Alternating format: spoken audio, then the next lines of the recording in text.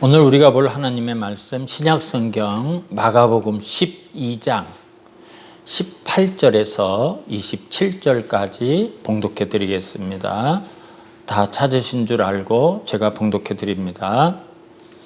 부활이 없다는 사두개인들이 예수께 와서 물어 이르되 선생님이요, 모세가 우리에게 써주기를 어떤 사람의 형이 자식이 없이 아내를 두고 죽으면 그 동생이 그 아내를 취하여 형을 위하여 상속자를 세울지니라 하였나이다. 칠형제가 있었는데 마지가 아내를 취하였다가 상속자가 없이 죽고, 둘째도 그 여자를 취하였다가 상속자가 없이 죽고, 셋째도 그렇게 하여 일곱이 다 상속자가 없었고 최후의 여자도 죽었나이다. 일곱 사람이 다 그를 아내로 취하였으니 부활할 때 곧 그들이 살아날 때에 그 중에 누구의 아내가 되리이까? 예수께서 이르시되 너희가 성경도 하나님의 능력도 알지 못함으로 오해함이 아니냐. 사람이 죽은 자 가운데서 살아날 때는 장가도 아니가고 시집도 아니가고 하늘에 있는 천사들과 같으니라.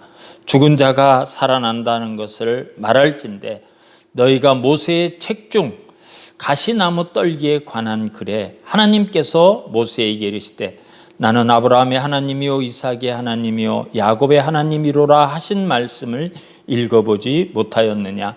하나님은 죽은 자의 하나님이 아니요 산 자의 하나님이시라. 너희가 크게 오해하였도다 하시니라. 아멘.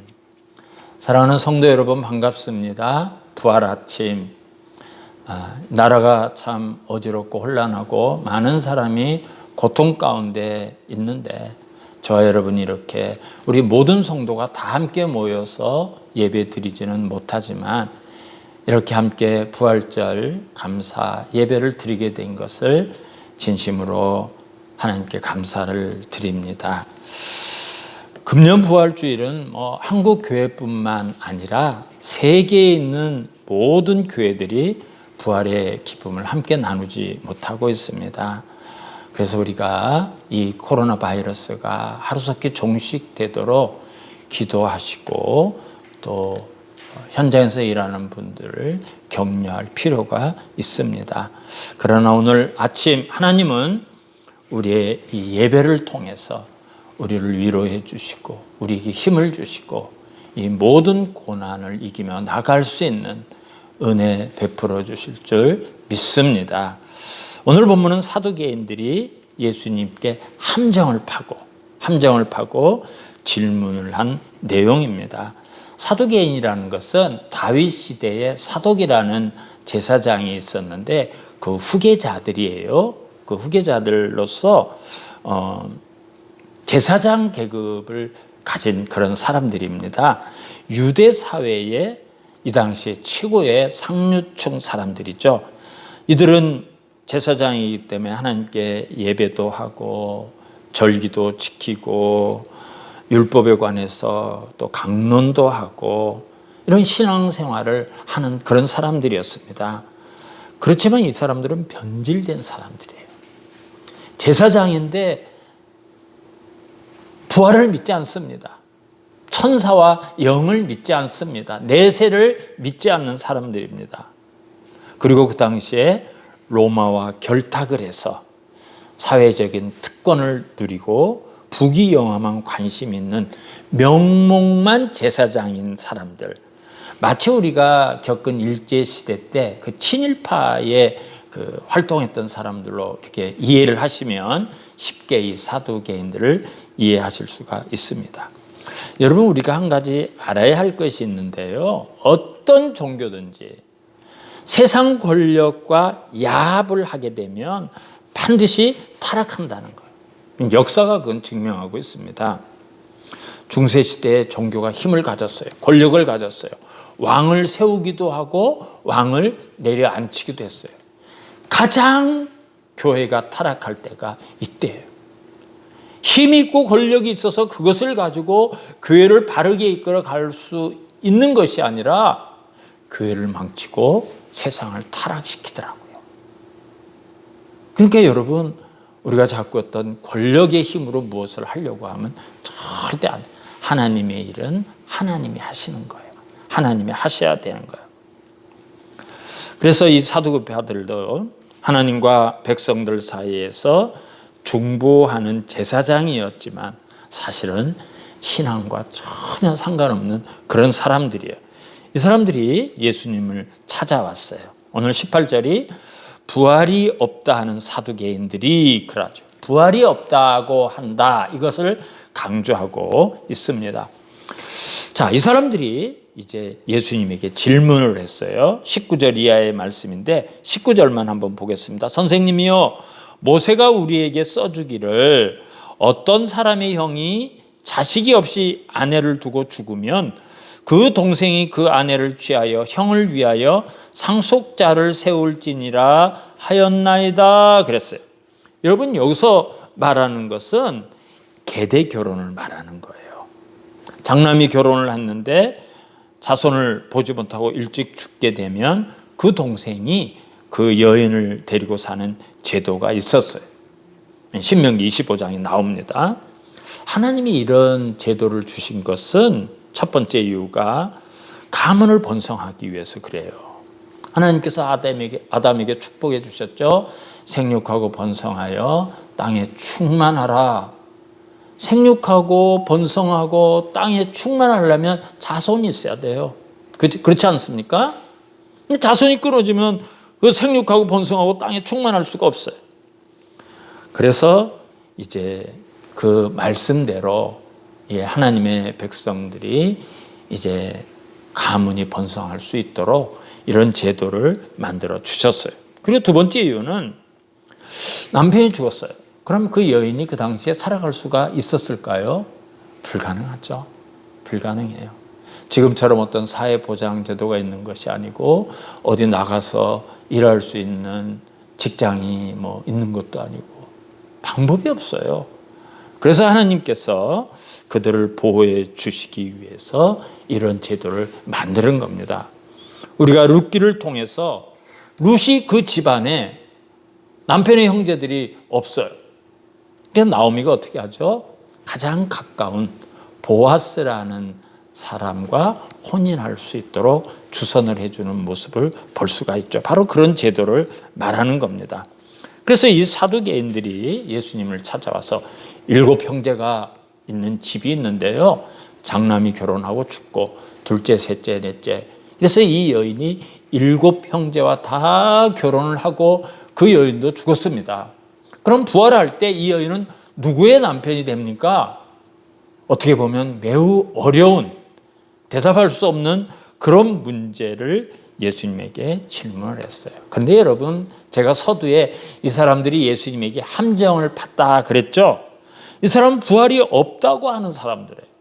그래서 이런 질문을 한 동기가 뭔가 하면, 부활이 얼마나 모순입니까? 여러분들이 부활을 믿고 천국과 지옥을 말하는데 그런 거 없다. 이 계대 결혼 제도만 해도 말이 안 되지 않느냐. 이 여인이 부활해서 누가 남편이 되느냐. 이걸 주장하고 싶었던 거예요. 여러분, 소위 제사장이라는 사람들이 이 당시에 이런 신앙을 가지고 있었어요. 부활을 전혀 믿지 않는. 여러분, 죽은 자가 다시 사는 것은 구약 성경에 많이 나와요. 엘리야가 사르밧 과부의 아들을 살려주죠. 또 엘리사 선지자도 수넴 여인의 아들을 살리고요. 에스겔서 37장을 보면 에스겔이 골짜기를 보는데 마른 뼈가 가득했어요. 근데 하나님께서 주신 말씀을 그 마른 뼈에게 선포했을 때 그 뼈들이 서로 몸을 이루고 거기에 살이 붙고 거기에 생기가 들어가면서 큰 군대가 되는 것을 우리가 볼 수가 있었습니다. 신약 시대도 마찬가지예요. 예수님이 나인성 과부의 아들 그 상녀가 나가는 길에 그 슬픔에 잠긴 여인의 아들을 살려주고 죽은 나사로를 살려주고 또 사도 바울이 설교를 하는데 설교가 너무 오래 길게 하니까 창문에 앉아서 졸고 있던 유두고가 떨어져서 죽게 됐죠. 그래서 그거를 살려주는 장면이 또 성경에 있습니다. 그러나 사실은 그 모든 부활은 예수 그리스도께서 다시 살아나실 것을 예언한 것이고, 그 예수를 믿는 우리들 역시 그렇게 다시 부활한다는 것을 미리 보여주는 겁니다. 그런데 사두개인들은 그 부활을 안 믿어요. 그래서 예수님은 이 질문을 통해서 왜 부활 신앙을 믿지 못하는지, 그리고 부활 신앙이 우리가 무슨 의미가 있는가, 왜 우리가 부활 신앙을 가지고 살아야 되는가, 부활 신앙의 정체가 무엇인가, 그것을 오늘 같이 생각해 보려고 합니다. 오늘 24절을 보면 왜 그들이 부활을 믿지 못하는지 그 이유를 설명해 주고 있어요. 우리 다 같이 24절을 한번 보시겠습니다. 예수께서 이르시되 너희가 성경도 하나님의 능력도 알지 못함으로 오해함이 아니냐. 이걸 원인이 여기 있어요. 첫째는 성경을 몰랐기 때문에 그래요. 둘째는 하나님이 어떤 분이신지, 하나님의 어떤 능력이 있는지, 하나님의 능력을 모르기 때문에 부활을 못 믿는 겁니다. 사두개인들은 현재의 세상과 내세의 세상을 동일한 것으로 보고 있어요. 내세에 대한 것이 전혀 없었어요. 그런데 여러분, 만약에 우리가 천국에 가서도 지금 사는 것과 조금도 다름없이 똑같이 산다면 그 천국이 무슨 의미가 있습니까? 구태여 우리 그런 천국에 갈 필요 없어요. 그렇지 않습니까?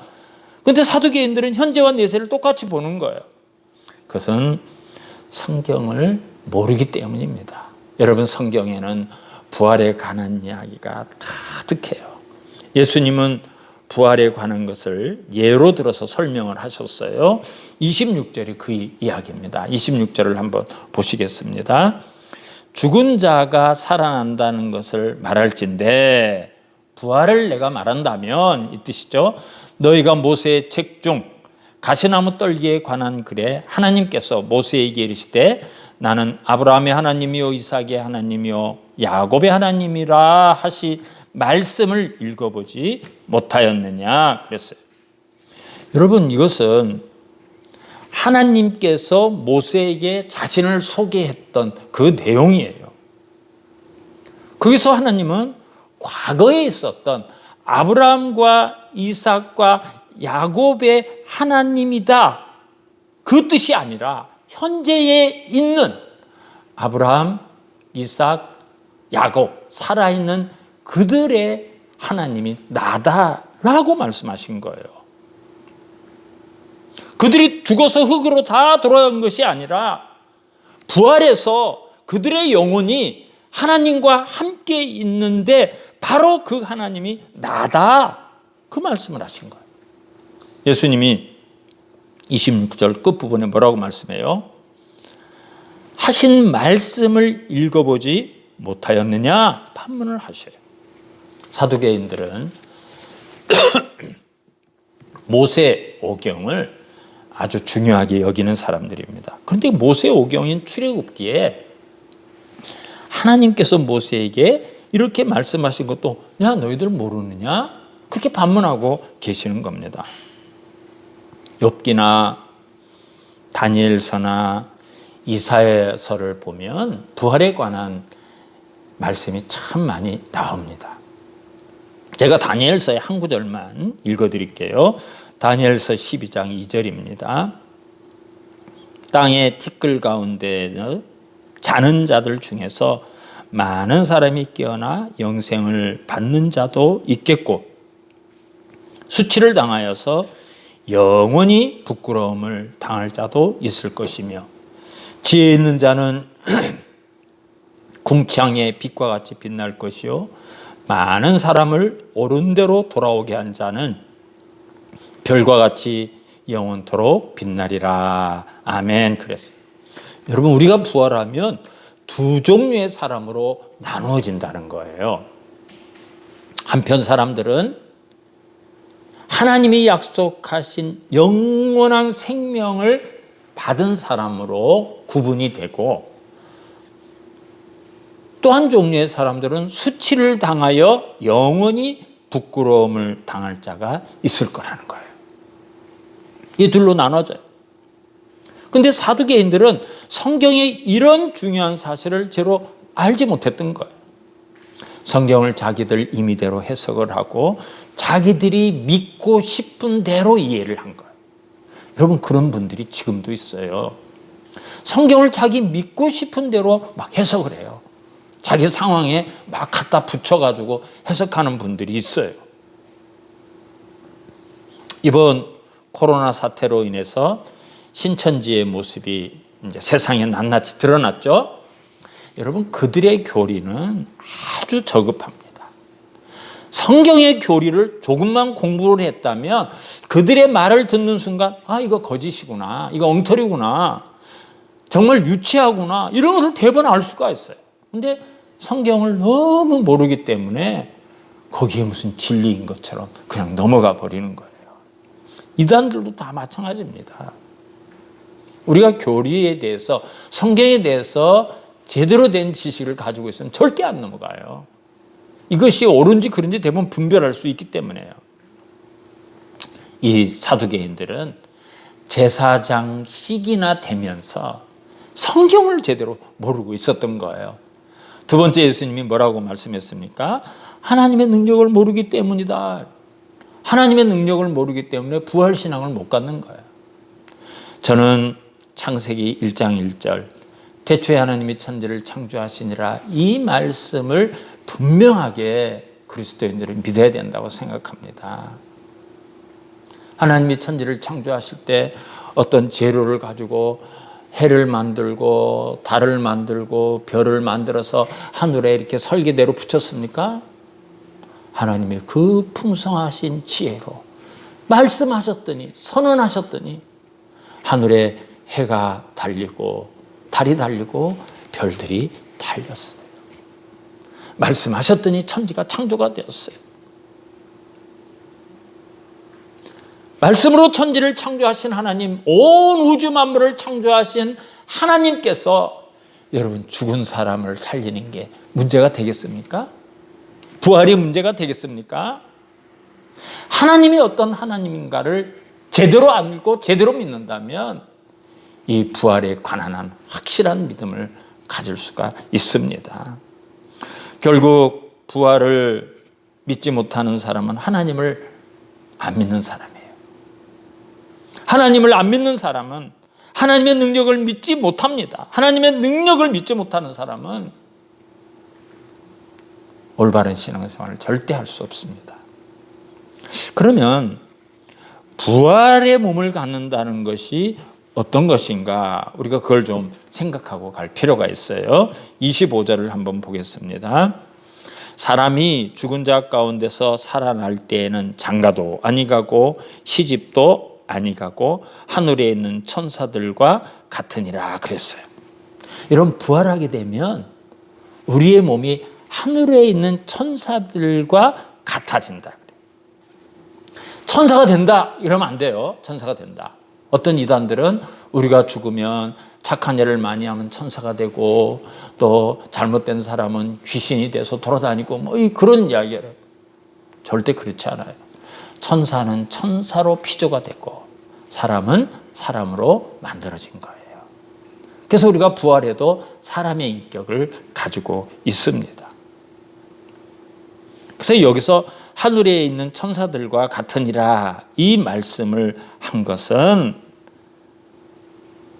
칼빈 선생이 이걸 어떻게 번역을 해석을 했는가 하면, 천사들과 같다는 말은 이 지상에서 우리가 가지고 있었던 모든 결함에서 완전히 자유로운 상태를 가지는 것을 말한다 그랬어요. 결함이 있죠. 우리 다 결함이 있어요. 그죠? 결함이 있어서 코로나 바이러스에 걸려요. 결함이 있어서 감기도 걸리고 배탈도 나고 병도 걸리고 피곤하고 아프고 상처도 받고 괴롭고 슬프고 열심히 돈을 벌어야 땀 흘리고 수고해야 먹을 수가 있어요. 그런데도 적자가 날 때가 있고 그것이 틀어질 때가 있죠. 우리가 결함이 있었어요. 그런데 우리가 부활할 때가 되면 하늘에 있는 천사들과 같다. 그 결함이 다 없어진다고 말씀해요. 성경에는 그때의 모습을 여러 가지로 설명하고 있는데 제가 한 구절만 읽어드릴게요. 요한계시록 21장 4절 말씀입니다. 모든 눈물을 그 눈에서 닦아주시니 다시는 사망이 없고 애통하는 것이나 곡하는 것이나 아픈 것들이 다 지나갔음이라라. 그럼 천국에 이렇게 돼. 우리가 부활해서는 이렇게 되는 거예요.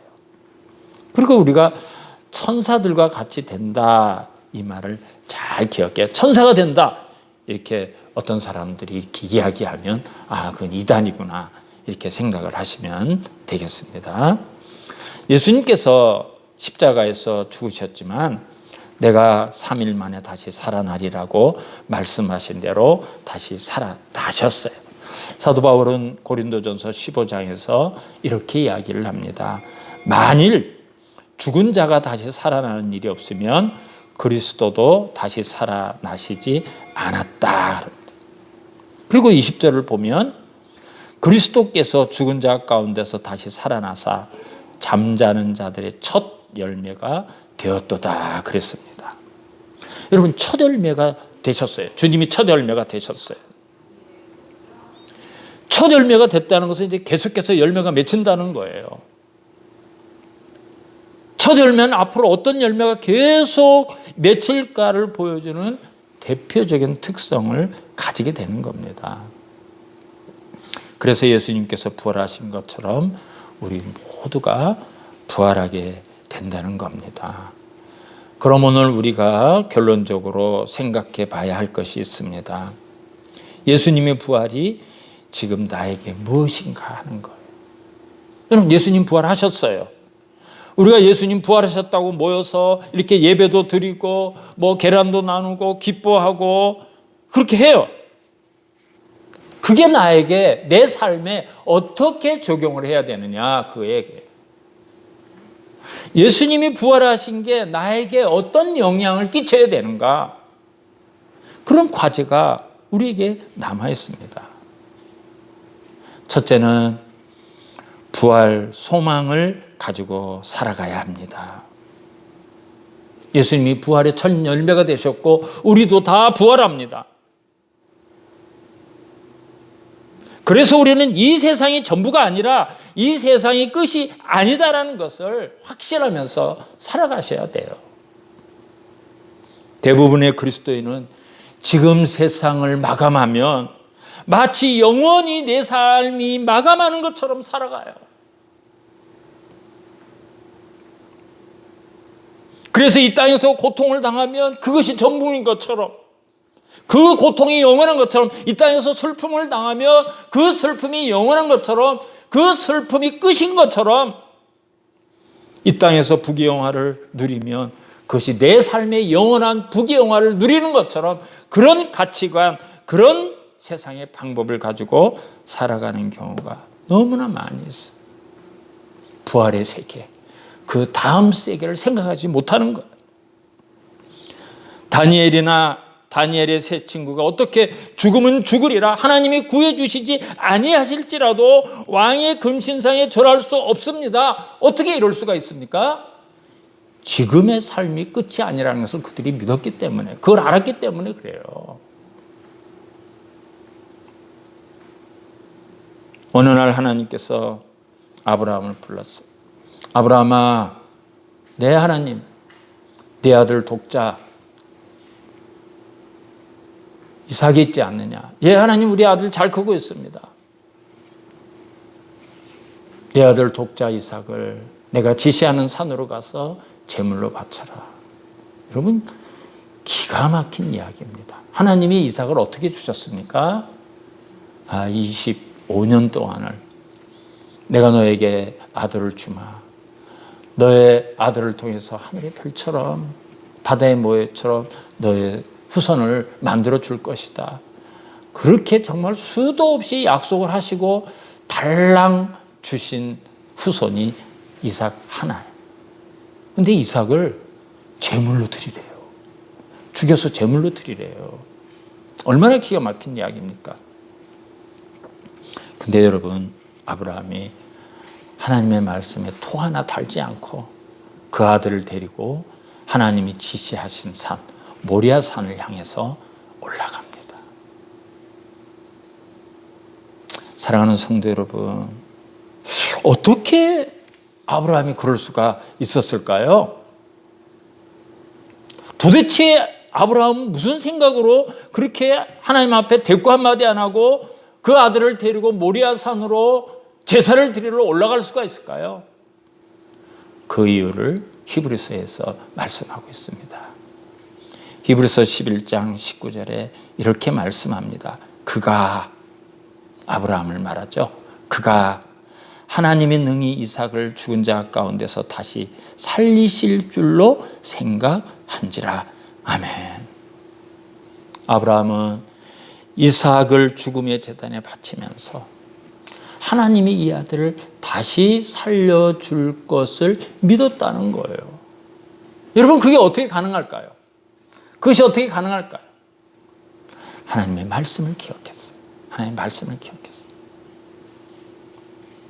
하나님은 분명히 아브라함에게 말씀하시기를 이삭을 통해서 너의 후손이 이 땅에 가득하게 해주신다고 약속해 주셨기 때문에 비록 하나님께서 이삭을 제물로 바치라고 말씀하셨지만 죽는 걸로 끝나면 하나님의 약속이 무효가 되는 거예요. 그런데 하나님의 약속은 절대 무효가 아니라는 것을 아브라함은 체험했고 믿었거든요. 아들을 주신다 하더니 정말 자기나 자기 아내 사라가 모든 생식 능력이 죽은 자처럼 완전히 끊어졌을 때 아들을 주셨다고요. 그 하나님이 아들을 바쳐라 하면 또 다른 하나님의 계획과 뜻이 있다는 것을 믿었어요. 이 아들을 통해서 하늘의 별처럼 바다의 모래처럼 후손이 가득하게 한다고 약속하셨기 때문에 하나님이 다시 살려줄 것을 조금도 의심하지 않았다는 거예요. 이것이 바로 부활신앙입니다. 부활신앙. 이게 바로 부활. 아브라함은 부활신앙을 가졌던 거예요. 부활신앙을 가졌던 거예요.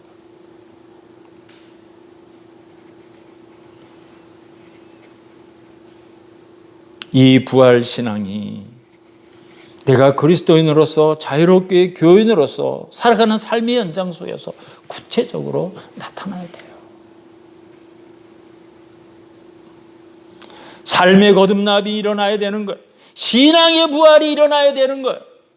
좀 더 구체적으로 말씀드리면 죽지 않고 펄펄 살아있는 내 옛 성품이 죽어야 돼요. 내 옛사람이 죽고 새로 살아나야 돼요. 내 못된 고집이 죽고 부드러운 고집으로 새로 살아나야 돼요. 내 못된 버릇이 죽고 새 사람이 되어야 된다. 부활하신 예수님을 만난 사람은 우리 심령 속에서도 이런 부활이, 이런 변화가, 이런 거듭남이 일어나야 된다는 말씀입니다. 바리새인인 니고데모가 어느 날 예수님을 찾아왔어요. 예수님과 대화를 하는 가운데 예수님께서 이렇게 말씀하시고 진실로 진실로 내게 이르노니 사람이 거듭나지 아니하면 하나님의 나라를 볼 수 없느니라. 야, 너 바리새인으로 열심히 율법을 붙들고 있는데 거듭나지 아니하면 하나님의 나라를 볼 수 없다. 선생님, 야, 이렇게 다 컸는데, 이렇게 어른인데, 나이가 많은데 어떻게 엄마 뱃속에 들어갔다 다시 태어납니까?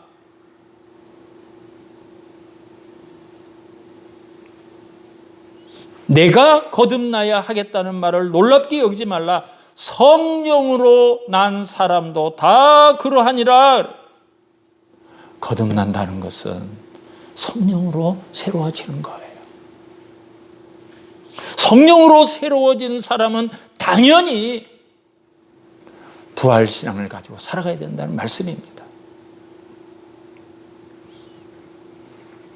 사랑하는 성도 여러분, 저와 여러분이 성령을 받았다면 거듭난 거예요. 나는 이제 옛사람이 아니라는 것을 아셔야 됩니다.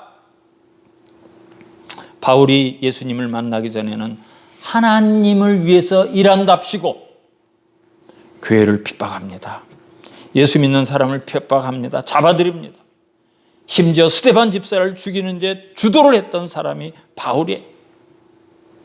하다 저 이방 땅까지 가서 다메섹까지 가서 사람을 결박하고 끌어오려고 거기를 갔던 사람. 거기서 부활하신 예수님을 만납니다. 부활하신 예수님을 만났어. 여러분, 바울이 부활하신 예수님을 만나고 나서 어떻게 변화가 됩니까? 나는 죄인 중에 괴수로다. 내가 예수 그리스도를 위해서 내가 가지고 있었던 지식과 내가 붙들고 있던 그 모든 것을 배설물로 다 버렸다고 고백합니다.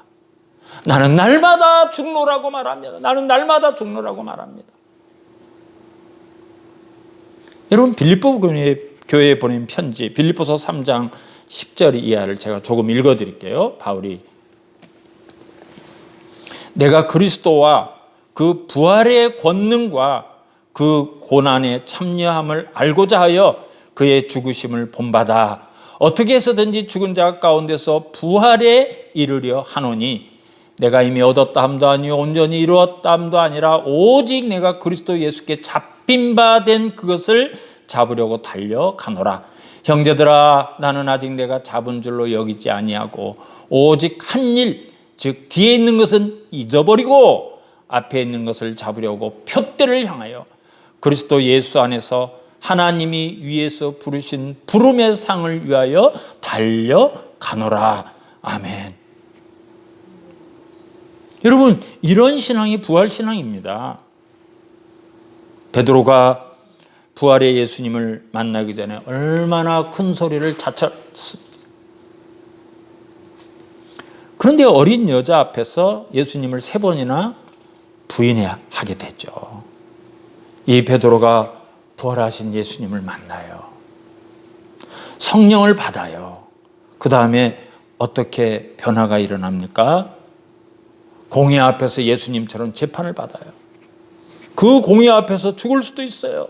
예수님처럼 십자가형을 받을 수도 있어요. 거기에서 이런 판결이 납니다. 예수 이름으로 말하지도 말고 가르치지도 말라.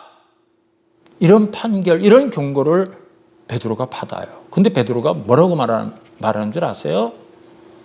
하나님 앞에서 너희의 말을 듣는 것이 하나님의 말씀을 듣는 것보다 옳은가 판단하라. 이렇게 담대해집니다.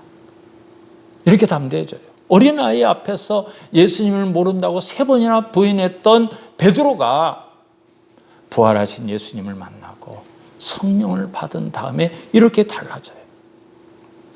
그리고 기독교 전승에 의하면 베드로도 역시 십자가형을 받았는데요. 내가 어떻게